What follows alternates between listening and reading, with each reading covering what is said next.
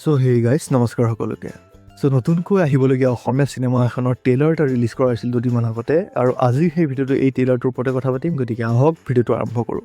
চিনেমাখনৰ নাম হ'ল হেৰুৱা চন্দ্ৰ, আৰু এই চিনেমাখন আমি দেখিবলৈ পাম অমৃতা গগৈ আৰু জয় কাশ্যপ। এখেতক হয়তো আপোনালোকে ৰৈ ৰৈ বিনালেৰ নীৰ কেৰেক্টাৰটোৰ পৰা চিনি পাব পাৰে, আৰু এখেতো এজন ভাল এক্টৰ, আৰু অমৃতা গগৈকো সকলোৱে ভাল পায়, আৰু তেখেতো এজনী ভাল এক্ট্ৰেছ হয় ক'ব গ'লে।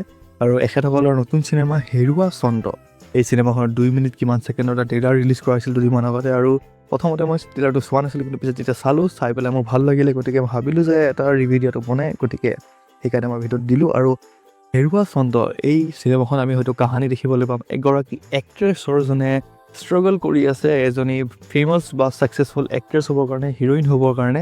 কিন্তু তেখেতৰ সেনেকুৱা সময়তে লাভ হৈ যায়, তাৰপিছত তেখেতে মেৰেজ কৰি লয়, আৰু তাৰপিছত তেখেতৰ ফেমিলি আৰু কেৰিয়াৰ একেলগে চম্ভালিব নোৱাৰে, যাৰ বাবে তেখেতৰ ডিভ'ৰ্চ হয়। আৰু ডিভ'ৰ্চ হোৱাৰ পিছত তেখেতে যেতিয়া কামবেক কৰিবলৈ ল'লে, তেতিয়া তেখেত অকণমান এজেড হৈ যায়। তাৰপিছত তেখেতে কামবেক কৰিব পাৰে নে নোৱাৰে, সেইটো আমি নিশ্চয় এই চিনেমাখনৰ ভিতৰত দেখিবলৈ পাম। আৰু আমি ট্ৰেইলাৰৰ ওপৰতে ইমানখিনি আন্দাজা লগাব পাৰিছোঁ যে ফেমিলি আৰু কেৰিয়াৰৰ ওপৰতে এই গোটেই চিনেমাখন হ'ব। আৰু অমৃতা গগৈকে এই চিনেমাখন আমি লিডত দেখিবলৈ পাম, জয় কাশ্যপ তেখেতৰ পাৰ্টনাৰ হিচাপে আমি দেখিবলৈ পাম, আৰু আন বহুতো এক্টৰ এক্ট্ৰেছ আছে, আৰু এখেতনো বহুত ভাল এক্টৰ্ছ হয়। আৰু চিনেমাখন আমি ষ্ট্ৰাগল দেখিবলৈ পাম, গতিকে ইয়াৰ ভিতৰতো আৰু কেনেকুৱা ধৰণৰ কাহিনী দেখিবলৈ পাম সেইটো আমি নিশ্চয় চিনেমাখন আহিলেহে গম পাম।